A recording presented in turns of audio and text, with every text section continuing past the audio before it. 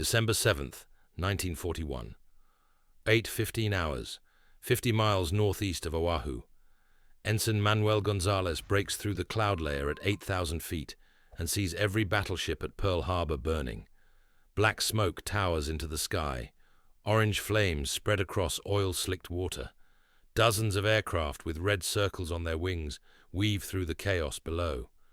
Gonzalez is 23 years old, flying his first real combat mission.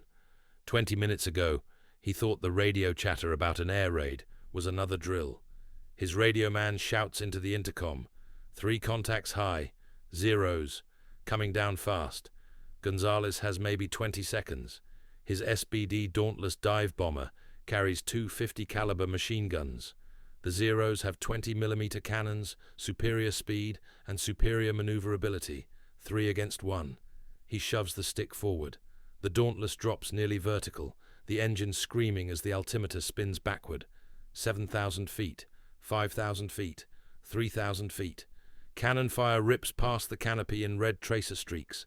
At 500 feet, he is committed. At 100 feet, he does something that later reports will describe as either brilliant or insane. He flies directly into the massive smoke column rising from USS Arizona. Visibility drops to 0. The cockpit fills with heat and ash. He cannot see his instruments or the water below.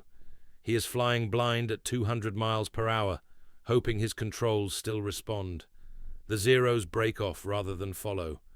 Gonzalez emerges at 50 feet above the water, his aircraft shaking from damage. He has no safe place to land. Every airfield on Oahu is under attack. He turns west, back toward Enterprise, the only carrier that was not at Pearl Harbor this morning.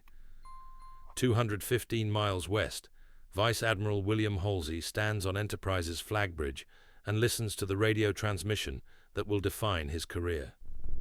Pearl Harbor under attack. Japanese carrier aircraft. Multiple waves. Battleship sinking.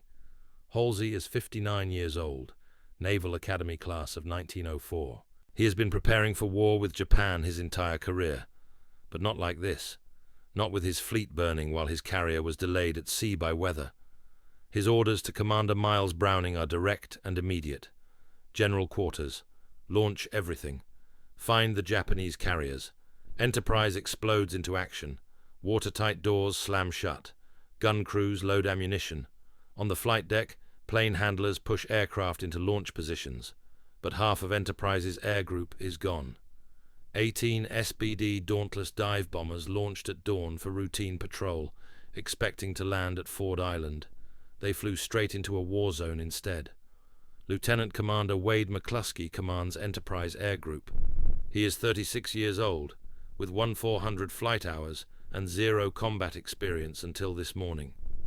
He stands in the ready room, listening to fragmentary radio transmissions from his scattered pilots. Calls for help, reports of damage, voices going silent. 5 of his pilots never make it back. Shot down by Zeros, killed by American anti-aircraft fire, crashed on burning runways. McCluskey writes down one name he will remember, Lieutenant James Daniels, Academy classmate. The other 4 names join it. 5 men who ate breakfast with him this morning. 5 empty bunks tonight. By 10 hours, 8 aircraft have returned to Enterprise. Battle damaged. Nearly out of fuel. Pilots extracted from cockpits by deck crews. Ensign Gonzalez lands at 10:32. His Dauntless has 11 bullet holes, a shredded aileron, and an empty fuel tank. An intelligence officer debriefs him immediately. How many Japanese aircraft? What types? What direction? Gonzalez reports what he saw. Dozens of dive bombers, torpedo bombers, and Zero fighters attacking from the north. He did not see carriers, but the number of aircraft suggests at least 4, possibly 6. Halsey receives the report and spreads a navigation chart. Japanese carriers north of Oahu. Dawn launch means they were 200 to 250 miles offshore. If they turned north after recovering aircraft, they are now 300 miles away, outside search range. But if they remained for a second strike, they might still be reachable. Halsey orders every available scout into the air. Search north. If you find enemy carriers, Report position and attack immediately. For 6 hours, Enterprise aircraft search thousands of square miles of ocean. They find nothing. The Japanese task force under Vice Admiral Chuichi Nagumo launched, recovered, and ran north at high speed. By the time Enterprise scouts arrive, the Japanese carriers are 400 miles away. At 18 hours, Halsey recalls his aircraft. The hunt failed. Enterprise turns toward Pearl Harbor. Halsey wants to assess the damage. They arrive after dark. Ships glow red from internal fires. Oil burns on the harbor surface. Rescue crews work under floodlights, cutting through capsized hulls. Enterprise anchors in the approach channel and sends boats ashore for supplies and casualty reports. The reports arrive within 2 hours. 8 battleships hit. Arizona sunk with 1,177 men trapped inside. Oklahoma capsized with over 400 drowned. California and West Virginia sinking. Nevada beached. 3 destroyers sunk. 3 cruisers damaged. 188 aircraft destroyed on the ground. 403 dead. 1,178 wounded. Captain George Murray reads the casualty lists to assembled officers. McCluskey recognizes names on every ship. Academy classmates. Poker partners from last month. He walks to the flight deck and stares at the fires 10 miles away. 5 of his pilots are gone. Compared to 1,177 men in Arizona, it seems small. The thought provides no comfort. At 22 hours, Halsey addresses the crew over the public address system. His voice is steady and deliberate. The Japanese attacked without warning. They killed thousands. They destroyed the battle line, but they did not find Enterprise. Now the hunt begins. It will not stop until every Japanese carrier that struck Pearl Harbor is at the bottom of the Pacific. The crew response echoes through every compartment. Cheers on the flight deck, pounding on bulkheads in the hangar bay. In gun mounts, crews chamber rounds and train barrels toward the dark horizon. Enterprise does not stay at Pearl Harbor. Within 24 hours, the carrier is back at sea. Halsey has orders from Admiral Husband Kimmel. Form a task force and hunt the Japanese carriers. Find them and destroy them. December 9th, 1941. The war is 48 hours old. The United States has 3 operational carriers in the Pacific: Enterprise, Lexington, and Saratoga. Japan has 10, including the 6 that struck Pearl Harbor. The odds are brutal, but the crew of Enterprise no longer cares about odds. December 10th, 1941. 08:47 hours. 500 miles northeast of Oahu. A lookout spots a periscope. Japanese submarine I-70, surfaced and recharging batteries. Part of a scouting line searching for American carriers. 6 SBD Dauntless dive bombers launch immediately. The submarine crash dives when lookouts spot incoming aircraft. Too late. Near-miss bombs rupture the pressure hull. I-70 sinks with all 81 crew members. No survivors. First kill for Enterprise. First confirmed victory of the war. The victory is statistically small. 1 submarine among dozens. But it proves something the crew needed to know. They can fight back. The Japanese are not invincible. McCluskey watches the oil slick spread where I-70 went down. He thinks about 81 men drowning in darkness. He feels no pity. 5 of his pilots are dead. This is the beginning of payback. January 1942. Enterprise conducts the first American offensive operation of the war. Carrier raids against Japanese bases in the Marshall Islands. The pattern is simple. Approach at night. Launch at dawn. Strike before the enemy reacts. Recover aircraft and run before counterattack. Enterprise strikes Kwajalein, Wotje, and Maloelap. The raids destroy fuel depots, sink 2 transports, and kill approximately 100 Japanese troops. Physical damage is minimal. Psychological impact is massive. American carriers can penetrate Japanese waters and escape. February 1942. Enterprise raids Wake Island. March 1942. Marcus Island, just 1,000 miles from Tokyo. Each raid pushes deeper into enemy territory. Each raid proves American carriers remain a threat. By April 1942, Enterprise has steamed 30,000 miles in 4 months. The ship has been at sea 73 of the last 90 days. Equipment breaks down from constant use. The crew is exhausted, but morale is higher than anyone thought possible after Pearl Harbor. April 18th, 1942. Enterprise receives classified orders. Escort USS Hornet across the Pacific. Hornet carries 16 B-25 Mitchell medium bombers on her deck, twin-engine Army aircraft that have never launched from a carrier. The crew figures out the target within 24 hours. Tokyo. They are going to bomb the Japanese capital. The operation is commanded by Lieutenant Colonel James Doolittle. The plan is straightforward and nearly suicidal. Launch 16 bombers 650 miles from Japan. Bomb Tokyo and other cities.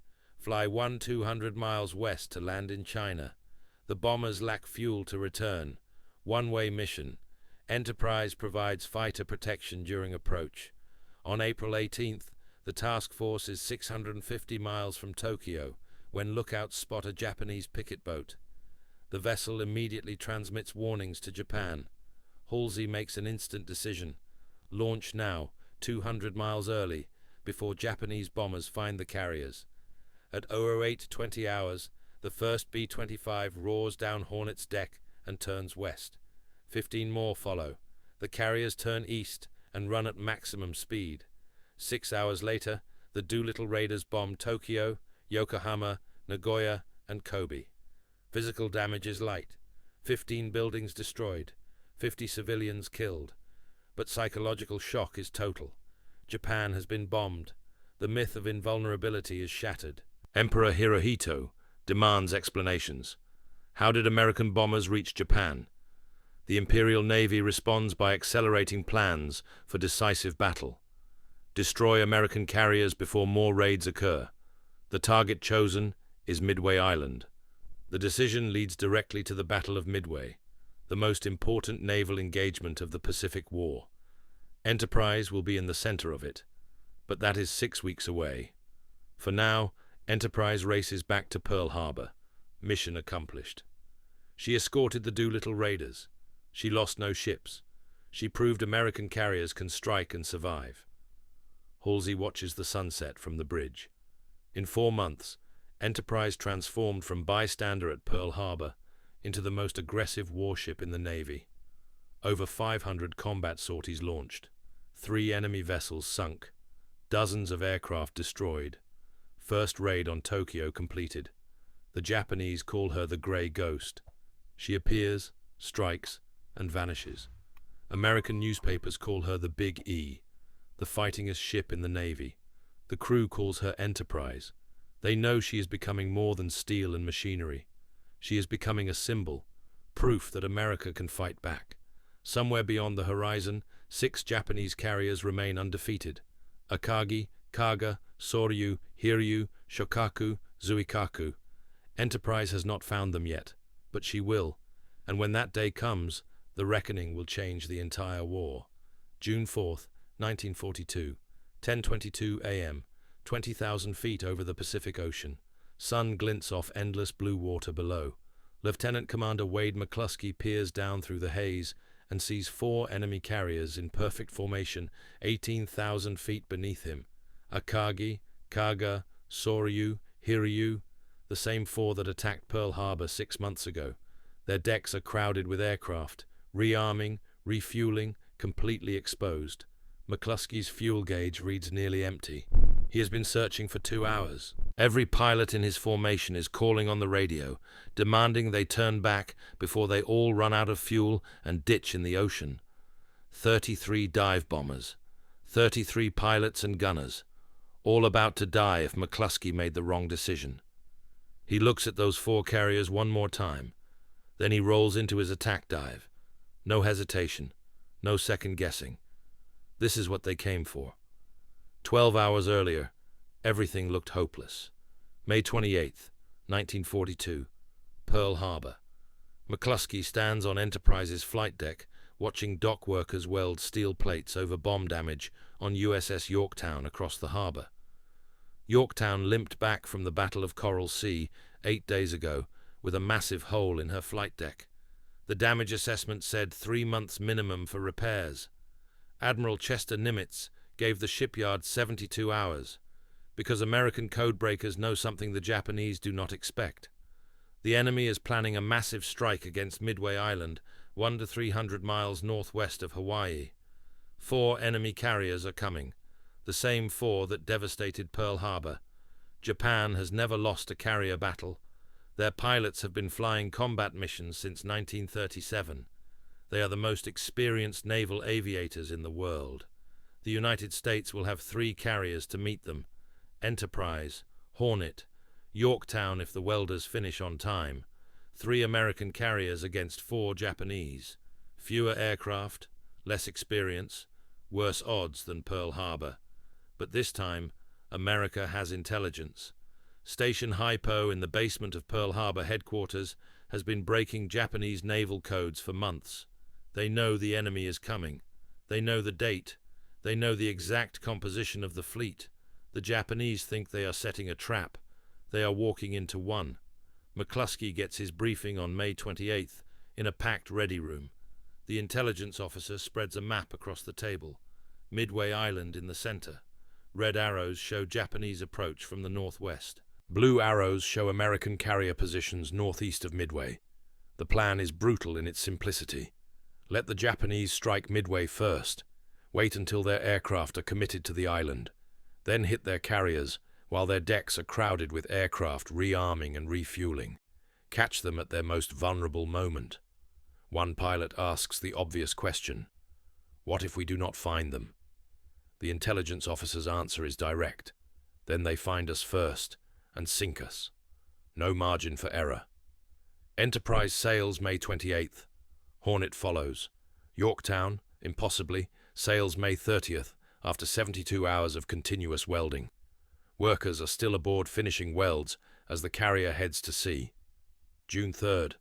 The 3 carriers reach Point Luck, 200 miles northeast of Midway. Radio silence. No transmissions. No launches that might reveal their position. They wait. Station Hypo intercepts Japanese transmissions throughout the day. The enemy fleet is approaching exactly as predicted. 4 carriers, over 250 aircraft, battleships, cruisers, the most powerful naval strike force ever assembled. Against them, America has 3 carriers, 233 aircraft, and surprise. June 4th, 1942, 4:30 a.m. Enterprise is at general quarters before dawn. McCluskey briefs his pilots. 33 SBD Dauntless dive bombers. Each aircraft carries one 1,000-pound bomb. Enemy carriers are 200 miles west. They launched against Midway at dawn. American carriers will launch immediately and hit them during recovery operations. A pilot asks about fighter escort. The answer makes the room go silent. 10 F-4F Wildcat fighters for 96 attack aircraft. 10 fighters to protect nearly 100 bombers across 200 miles of ocean. The odds are worse than Pearl Harbor. Enterprise launches at 7 a.m. McCluskey's aircraft lifts off at 7:52 a.m. He climbs to 20,000 feet and forms his 33 dive bombers into a V formation. Below, 14 TBD Devastator torpedo bombers from Torpedo Squadron 6 struggle to keep pace. The Devastators are slow, obsolete, and everyone knows it. But they are what America has. At 8 a.m., the formation turns southwest. Distance to target, 155 miles. Fuel sufficient for 2 hours, which includes attacking and returning. No margin for search time if intelligence is wrong. They fly for 90 minutes and see nothing but ocean. At 9:20 a.m., they reach the expected intercept point. No carriers, no ships, just empty Pacific stretching to every horizon. McCluskey has maybe 20 minutes of fuel before he reaches the point of no return. Every instinct tells him to turn back now. He does not turn back. The intelligence cannot be completely wrong. The Japanese launched against Midway. They have to be recovering aircraft somewhere. McCluskey makes a calculated guess.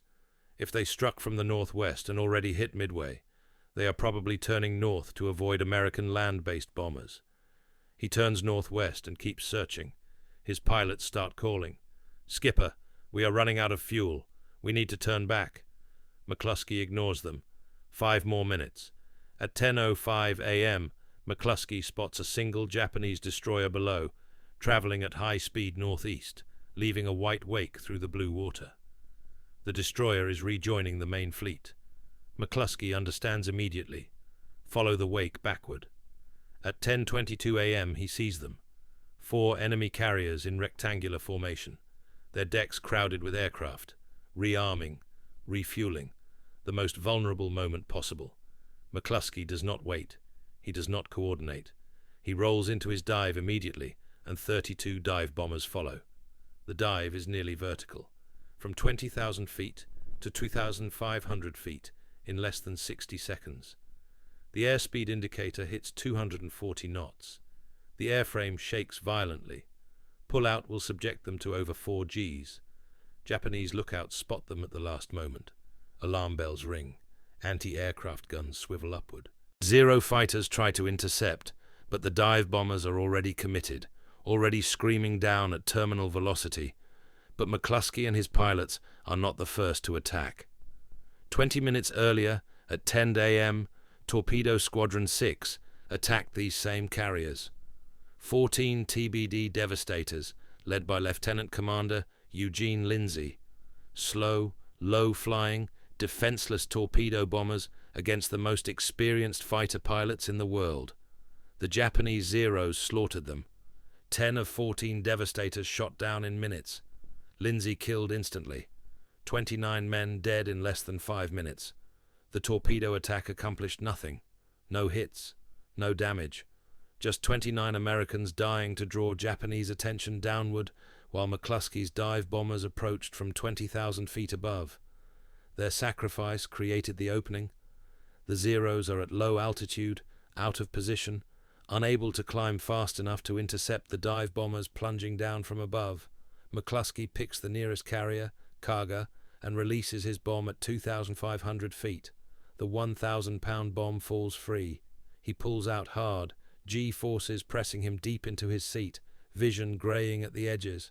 Behind him, 32 more bombs fall. At 10:24 a.m., the first bomb penetrates Kaga's flight deck and detonates in the hangar bay where aircraft are being refueled. The secondary explosion rips through the deck. Fuel lines rupture. Armed torpedoes explode. Within 30 seconds, the entire hangar is an inferno. 2 more bombs hit within seconds. Kaga transforms into a floating fireball. Flames shoot 200 feet into the air. Ammunition cooks off in continuous explosions.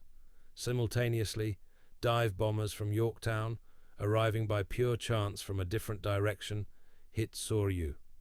3 bombs penetrate her deck. Her hangar bay erupts in flames identical to Kaga, and simultaneously, more Enterprise bombers hit Akagi, the enemy flagship. 2 bombs, 1 near midships, 1 aft. Akagi's flight deck, packed with armed and fueled aircraft, becomes a sea of fire. The attack lasts 6 minutes, from 10:22 a.m. to 10:28 a.m. 6 minutes that changed the Pacific War. 3 enemy carriers burning out of control. Explosions ripple across their decks as ammunition cooks off. Secondary fires spread through the ships. Damage control teams are overwhelmed. Within hours, all 3 will sink. Kaga at 7:25 p.m. Soryu at 7:13 p.m. Akagi will burn all day and be scuttled by Japanese destroyers tomorrow morning. McCluskey pulls out of his dive and turns east. His fuel gauge reads almost empty. Other dive bombers form up around him, some trailing smoke, some damaged by anti-aircraft fire, but all heading home. Below, enemy carriers burn. Japanese destroyers move in desperately to rescue survivors abandoning ship. The ocean fills with swimming men and burning debris. Bodies float among the wreckage. 1 enemy carrier remains untouched. Hiryu was separated by 10 miles and escaped the initial attack. At 10:40 a.m., Hiryu launches a counterattack. 18 dive bombers and 6 fighters race toward the American carriers. They find Yorktown at noon. Japanese dive bombers hit Yorktown with 3 bombs in quick succession. The carrier, barely repaired from Coral Sea, takes critical damage. Boilers shut down, dead in the water, listing. Her crew begins abandoning ship, but Yorktown scouts already located Hiryu before the ship was hit. At 3:30 p.m., Dive bombers from Enterprise launch for a second strike. 24 aircraft. McCluskey is not with them. His aircraft barely made it back to Enterprise, landing with less than 5 gallons of fuel remaining. He is debriefing intelligence officers, while other pilots take his place in the fight. At 5 p.m., Enterprise dive bombers hit Hiryu with 4 bombs. The last enemy carrier erupts in flames. She will sink tomorrow morning. 4 Japanese carriers destroyed in one day. All 4 that attacked Pearl Harbor. Akagi, Kaga, Soryu, Hiryu. Gone. The battle continues 2 more days as surface forces maneuver and skirmish. But the decisive moment happened in 6 minutes, on the morning of June 4th, when American dive bombers caught enemy carriers at their most vulnerable. McCluskey sits in Enterprise's wardroom that evening, writing his after-action report. Of 33 dive bombers he led into battle, 31 returned. 2 shot down by anti-aircraft fire, both pilots killed. From Torpedo Squadron 6, only 4 of 14 returned. 10 Devastators destroyed. Eugene Lindsay dead. 29 men total killed. Their sacrifice drew the Zeros down and created the opening for the dive bombers. In exchange, 4 enemy carriers destroyed. Approximately 3,000 Japanese sailors killed. More critically, over 100 experienced pilots and aircrew lost. Pilots who flew since before Pearl Harbor. Irreplaceable expertise gone in one day. Admiral Raymond Spruance, commanding from Enterprise, makes the decision that defines his reputation. He does not pursue the retreating Japanese fleet into the night. The risk of night engagement against enemy battleships and cruisers is too high. He turns east and withdraws. Some officers argue for pursuit. Spruance refuses. He won decisively. He will not gamble victory on a night battle against superior surface forces. The decision proves correct over decades of historical analysis. Midway is an overwhelming American victory. 4 enemy carriers sunk for 1 American carrier, Yorktown, which finally sinks on June 7th after being torpedoed by a Japanese submarine while under tow. Enterprise returns to Pearl Harbor on June 13th, 1942. The crew is exhausted. The ship has been in continuous combat operations since April, but morale is higher than it has ever been. They won. Decisively. Overwhelmingly. Wade McCluskey is recommended for the Navy Cross. His decision to continue searching when fuel was critical, his decision to follow the destroyer Wake, his decision to attack immediately without coordination, all contributed directly to finding and destroying enemy carriers at their most vulnerable moment. McCluskey does not feel like a hero. He thinks about Lieutenant Commander Eugene Lindsay and the 29 men from Torpedo 6 who died making attacks in obsolete aircraft. Attacks that accomplished nothing except drawing Zeros away from the dive bombers. Their sacrifice made victory possible. He also knows what June 4th accomplished. In 6 minutes, American dive bombers reversed the Pacific War. Japan lost 4 fleet carriers, an experienced aircrew that cannot be replaced. Japan will never again have the offensive capability it possessed before Midway. From this point forward, Japan fights defensively. McCluskey thinks about December 7th, about 2,403 Americans who died at Pearl Harbor, the ones who never got to fight back. Today, Enterprise fought back for all of them. 4 enemy carriers at the bottom, the same 4 that burned Pearl Harbor. The war is far from over, but the balance has shifted, and Enterprise is not finished yet. August 24th, 1942, 4:47 p.m., 150 miles east of Guadalcanal. Wade McCluskey stands on Enterprise's flight deck, watching a black dot grow larger in the sky. A Japanese dive bomber, coming straight down, no time to move, no time to do anything except watch. The bomb releases at 1,500 feet. For 3 seconds, McCluskey has no idea where it will hit. Then it smashes through the flight deck 15 feet away. The explosion throws him backward into a parked aircraft. His ears ring. Smoke pours from the hole. Men are screaming, but he cannot hear them. He gets up. Blood runs down his left arm from shrapnel he did not feel hit. Enterprise has just taken her first bomb. She will take many more. The Battle of the Eastern Solomons started 6 hours ago.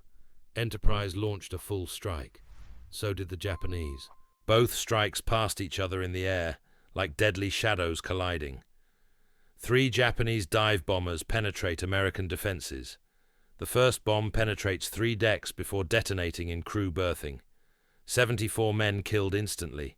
Fires erupt in multiple compartments. The second bomb hits near the aft elevator, passes completely through without detonating, and explodes in the water alongside the hull, rupturing plates below the waterline. The third bomb hits amidships and detonates in the galley. 44 men killed. For the next month, the crew will eat cold sandwiches. Damage control teams seal compartments and fight fires with the methodical desperation of men who know their ship is the only thing between them and the ocean. Within 60 minutes, fires are under control. Within 90 minutes, Enterprise is recovering aircraft despite the gaping hole in her deck. The carrier limps to Espiritu Santo, her crew exhausted but determined. Shipyard workers weld steel plates directly over the bomb damage. 6 days later, Enterprise returns to combat, patched and scarred, with a crew that now knows exactly what it feels like to be hit. This is the beginning of the Guadalcanal campaign. 6 months of relentless combat around one island in the South Pacific. Enterprise will fight in nearly every major engagement. During this campaign alone, the Japanese will announce her sunk 3 separate times. She refuses to die. October 26, 1942, Battle of Santa Cruz. Enterprise and Hornet face 4 Japanese carriers in waters that have become a graveyard for both fleets. Both sides launch simultaneously. The strikes pass each other in the air like trains on parallel tracks. Hornet takes 4 bombs and 2 torpedoes. Dead in the water, burning. She will be scuttled that night. Enterprise takes 2 direct hits. The first penetrates the flight deck forward. The second hits near the same spot damaged in August. 44 more men killed. Damage control saves the ship again. Within 2 hours, Enterprise is operating aircraft. Admiral Thomas Kinkaid makes a critical decision. Withdraw now before Japanese surface forces arrive after dark to finish what the bombers started.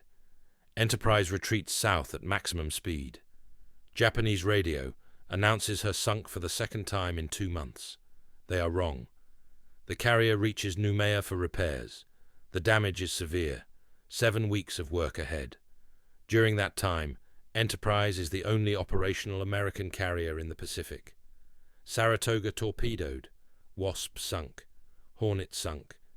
If the Japanese had found her, America would have had 0 carriers to defend the Pacific. November 1942. Enterprise returns to combat. The Guadalcanal campaign reaches its climax. The naval battle of Guadalcanal lasts 3 nightmare days. Surface ships fight at point-blank range in darkness, hurling shells and torpedoes at targets they can barely see. Enterprise aircraft strike during daylight, hunting in the wreckage. The Japanese lose 2 battleships, 3 destroyers, and 11 transports. Japan abandons all attempts to retake Guadalcanal. Enterprise participated in every phase of the campaign. 4 major battles, 3 direct bomb hits, 162 men killed, but the ship survived.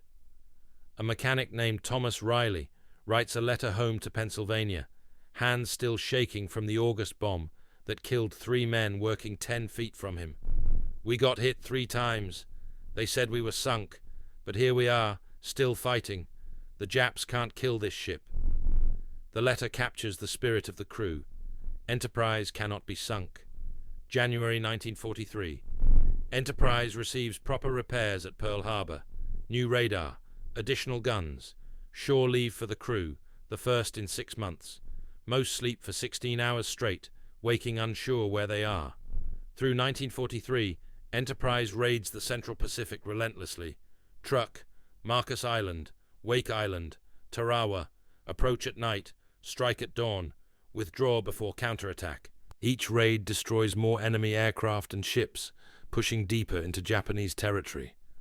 By September 1943, Enterprise has been in continuous combat for 21 months. The ship needs major overhaul. The overhaul at Puget Sound lasts 4 months. Flight deck completely rebuilt. New engines, new radar, new guns. The ship that emerges in January 1944 is faster, better armed, and deadlier than anything the Japanese have faced before. June 19th, 1944. Battle of the Philippine Sea. 9 American carriers face 9 Japanese carriers in the largest carrier battle in history. The Japanese launched 373 aircraft in 4 massive waves. American radar detects them at extreme range. Enterprise launches every fighter. Lieutenant Alexander Vratsiu launches at 10:23 a.m. He is 25, from East Chicago, Indiana. His 76th combat mission. 12 confirmed kills. Reputation for aggressive flying that makes his squadron commander nervous. At 10:36 a.m., Vratsiu spots 50 Japanese dive bombers. No fighter escort. Separated during approach. Defenseless. Vratsiu attacks without hesitation. First target explodes, tumbles into the ocean. Second target, third, fourth. In 8 minutes, 6 kills. His wingman gets 5. Around them, dozens of Hellcats slaughter the Japanese formation. Of 50 dive bombers, only 7 limp home. Vratsiu lands on Enterprise at 11:47 a.m. Ammunition exhausted, hands shaking. Gun camera confirms 6 kills in 8 minutes. Like shooting turkeys, he finally says. The Great Marianas Turkey Shoot. The battle rages all day. Of 373 Japanese aircraft launched, only 130 return. 3 carriers sunk. Japanese naval aviation is effectively destroyed. October 25th, 1944. Battle of Leyte Gulf. Enterprise scout planes locate the last major Japanese carrier force in the Philippine Sea. 4 carriers, including Zuikaku, last survivor of Pearl Harbor's attack force. Enterprise launches 60 aircraft. Lieutenant Commander Richard Holt leads the dive bombers. 28 years old. Midway, Santa Cruz. 3 years hunting these carriers.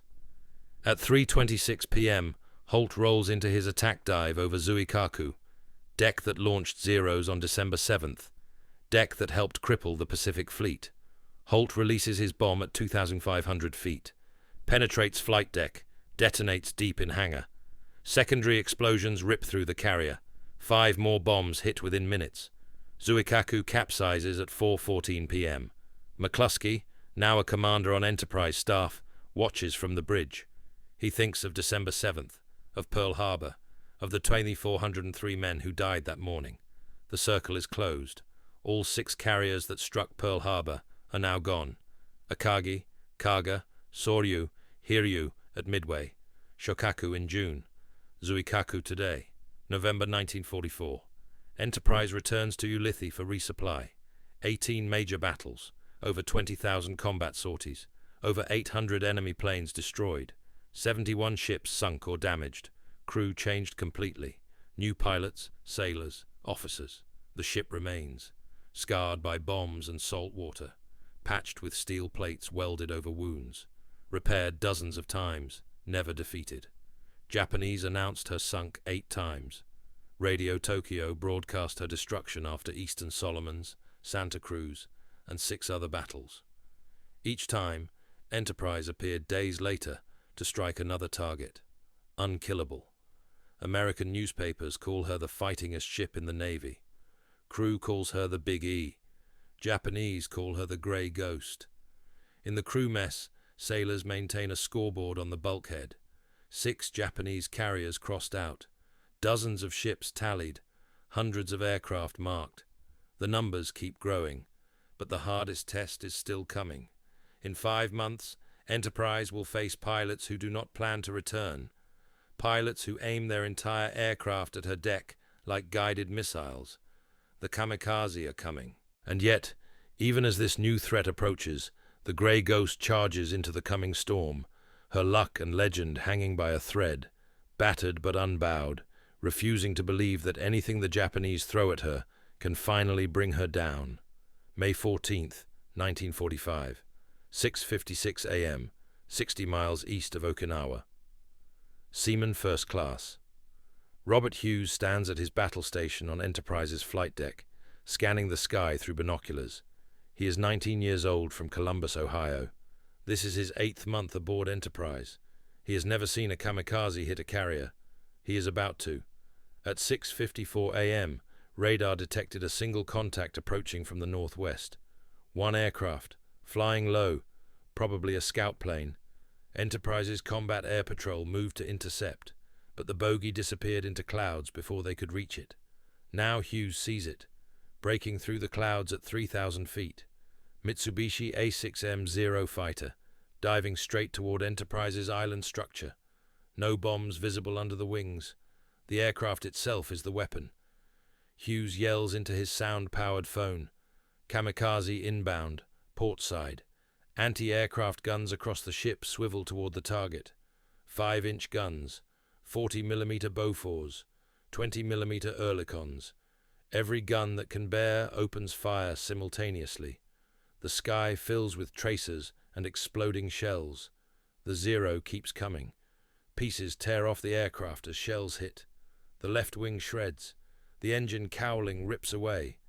But the Zero does not deviate, does not break off, just keeps diving toward the ship. Hughes drops his binoculars and runs. He gets maybe 10 steps before the Zero hits. The aircraft slams into the forward elevator at 350 miles per hour. The impact drives the elevator down 3 feet. Then the accumulated force blasts it upward over 400 feet into the air, spinning like a coin. The Zero's engine, propeller, and half the fuselage penetrate completely through the flight deck. The 100-pound bomb detonates. A fireball erupts across the forward section, engulfing parked aircraft and spreading toward the island. Hughes is thrown forward by the blast wave. His back slams into a tie-down fitting. He cannot breathe, cannot hear. Smoke everywhere. He gets to his hands and knees. Around him, men are burning. He sees a pilot climb out of his cockpit engulfed in flames. The pilot takes 3 steps and collapses. 14 men die in the first 30 seconds. The explosion kills 5 instantly. 9 more die from burns and injuries in the next few minutes. Damage control teams react within seconds, trained by 3 years of combat that taught them exactly what to do when everything goes wrong. They spray foam on burning aircraft, drag wounded men away from the flames, seal compartments to prevent fire from spreading below decks. Lieutenant Commander Henry Rowe, the damage control officer, reaches the scene 90 seconds after impact. The forward elevator is gone, blown 400 feet into the air, and now settling back toward the ocean. The hole in the flight deck is roughly 30 feet across. Fires burn in 3 separate locations, but the ship is still moving, still under power, still fighting. Rowe makes a quick assessment and realizes something remarkable. The damage is severe, but not catastrophic. The fire is contained to the flight deck. No flooding, no damage to engineering spaces. The ship will survive. But Enterprise cannot conduct flight operations with a 30-foot hole in her deck and fires still burning. Rowe turns to his team with the order they have heard dozens of times before. We need this deck operational in 30 minutes. Get to work. They get to work. Enterprise has been operating off Okinawa for 47 consecutive days. Operation Iceberg. The invasion of Okinawa, the last major island before the Japanese home islands. The most heavily defended target American forces have attacked. The Japanese response has been overwhelming, not with conventional tactics, but with kamikaze. Suicide pilots deliberately crashing their aircraft into American ships. Since April 1st, kamikazes have sunk 5 destroyers, damaged 23 major warships, and killed over 4,900 American sailors. Enterprise has been lucky. Until now. The kamikaze attacks started in October 1944 during the Battle of Leyte Gulf. Japanese pilots, facing overwhelming American air superiority and running out of experienced aviators, adopted a new tactic. If you cannot win a dogfight, do not fight one. Just aim your aircraft at an enemy ship and crash into it. 1 pilot, 1 plane, 1 guaranteed hit. The tactic is devastatingly effective. A conventional bomb might miss, a torpedo might malfunction, but a kamikaze piloted by a determined man almost never misses. And the psychological impact is enormous. American sailors can shoot down enemy bombers. They cannot stop an enemy who has already decided to die. By May 1945, the kamikaze threat has reached its peak. Japan is throwing everything at the Okinawa invasion fleet. Hundreds of aircraft, thousands of pilots who have volunteered or been ordered to die for the Emperor. Enterprise has been targeted multiple times. On April 11th, a Zero kamikaze made it through the combat air patrol and dove toward the carrier. Anti-aircraft fire hit the aircraft 500 feet above the flight deck. The Zero exploded in mid-air. Burning debris rained down, but caused minimal damage. On April 16th, another kamikaze approached from astern. Enterprise's 5-inch guns opened fire at maximum range and destroyed it at 2,000 yards. On May 11th, 3 kamikazes attacked simultaneously. Combat Air Patrol shot down 2. The third penetrated to within 1,000 yards before 40mm guns destroyed it. But on May 14th, the luck runs out. By 7:30 a.m., damage control has extinguished all fires. The forward elevator is gone, blown completely off the ship, but damage control crews have dragged portable steel plates to the hull and begun welding them in place. By 8:45 a.m., less than 2 hours after the kamikaze hit, Enterprise begins recovering aircraft again. The flight deck is not fully repaired. There is a massive hole covered by temporary patches, but the ship can operate. Admiral Mark Mitcher, commanding Task Force 58, sends a message to Enterprise. Well done. Mitcher himself transferred his flag to Enterprise just 3 days ago after his previous flagship, Bunker Hill, was hit by 2 kamikazes. Now his new flagship has been hit, and he will have to transfer again.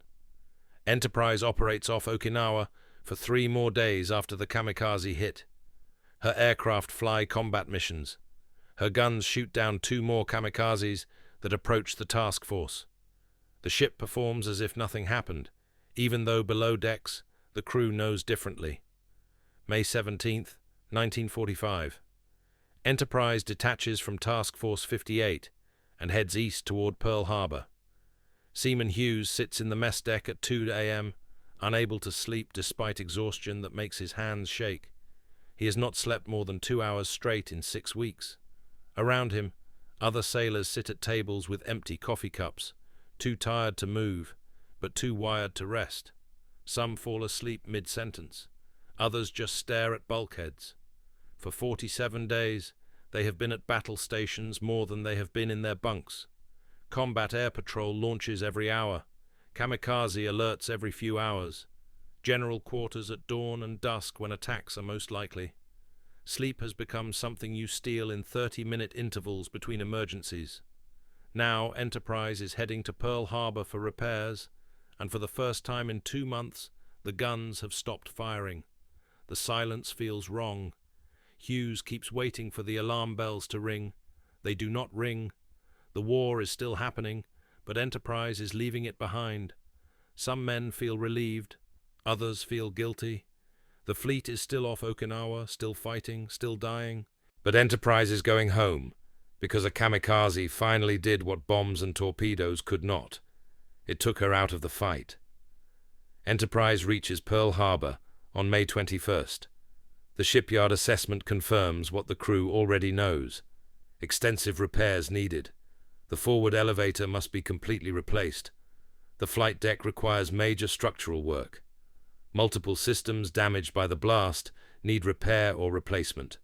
The work will take months, and by the time Enterprise is ready to return to combat, the war might be over. June 6, 1945. Admiral Chester Nimitz presents Enterprise with a Presidential Unit citation on the carrier's patched flight deck. The crew stands in formation, wearing dress whites. Many are new replacements who joined after the kamikaze hit. But scattered throughout are veterans who have been aboard since Pearl Harbor. Men who remember December 7th, men who flew at Midway, men who survived Guadalcanal. Commander Wade McCluskey stands near the back and watches Nimitz pin the citation to Enterprise's battle flag. He thinks about all the men who are not here, the pilots lost at Midway, the sailors killed when bombs hit during Guadalcanal, the 14 men who died on May 14th. Enterprise earned this citation with blood and sacrifice and 3.5 years of fighting when most ships would have gone to the bottom. July 1945. Repairs continue. The forward elevator is replaced. The flight deck is fully repaired. New equipment installed. Enterprise is preparing to return to combat, but the war is ending faster than anyone expected. August 6, 1945. The crew gathers around radios in every compartment of the ship, listening to reports about a new type of bomb that destroyed an entire city in Japan. Hiroshima. One bomb, one city, 70,000 people dead instantly. Men who have been dropping 1,000-pound bombs for 3 years cannot comprehend the scale. Hughes sits in the berthing compartment with a dozen other sailors, trying to process what they are hearing. One bomb doing what would have required thousands of conventional bombs and months of raids. Someone asks if this means the war is over. Nobody knows. They wait. August 9th. A second atomic bomb destroys Nagasaki, another city, another 40,000 dead. August 15th. Japan announces surrender. Enterprise is still in Pearl Harbor, undergoing final repairs. The crew listens to Emperor Hirohito's radio address, announcing Japan's acceptance of Allied terms. Most of them do not understand Japanese, but they understand what it means when the translation comes through. The war is over. Some men cheer, some cry. Most just sit quietly, processing the fact that they survived. After 3.5 years of war, after watching friends die, after being bombed and attacked by kamikazes, they made it. Enterprise made it. But there is also frustration mixed with relief. The ship that fought longer and harder than any other American warship in the Pacific will not be there when Japan signs the surrender documents. Enterprise earned the right to be in Tokyo Bay. Instead, she is in Pearl Harbor with a patched flight deck and a crew that feels like they missed the final chapter of their own story. September 2nd, 1945. Japan signs the surrender documents aboard USS Missouri in Tokyo Bay. Enterprise is still at Pearl Harbor. The crew gathers around radios throughout the ship to listen to the ceremony broadcast. Commander McCluskey stands on the flight deck, listening to the ceremony from 3,000 miles away. He looks out at Pearl Harbor. The harbor looks different now. The wrecks have been cleared. New ships fill the anchorage. The oil fires and smoke from December 7th are long gone. But McCluskey remembers everything. He remembers flying over burning battleships on December 7th, 1941. He remembers losing 5 pilots that day. He remembers searching for Japanese carriers at Midway, with his fuel gauge reading empty. He remembers 3.5 years of hunting the ships that attacked this harbor. All 6 of those carriers are now at the bottom of the Pacific. Akagi, Kaga, Soryu, and Hiryu sunk at Midway. Shokaku sunk in the Philippine Sea. Zuikaku sunk at Leyte Gulf. Enterprise helped destroy 4 of them directly and contributed to operations that sank the other 2. McCluskey thinks about December 7th, 1941, the day he watched Pearl Harbor burn, the day Enterprise should have been destroyed with the rest of the fleet, but was saved by a weather delay and mechanical problems that seemed like bad luck at the time.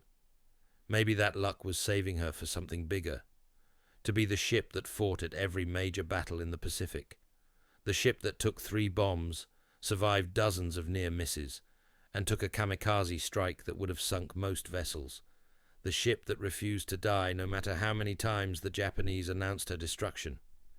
Enterprise was supposed to be at Pearl Harbor on December 7th, delayed by weather, saved by accident.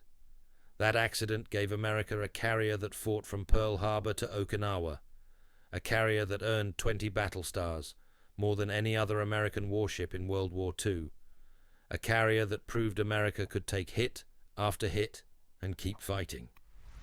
The Grey Ghost finally gets to rest. She earned it.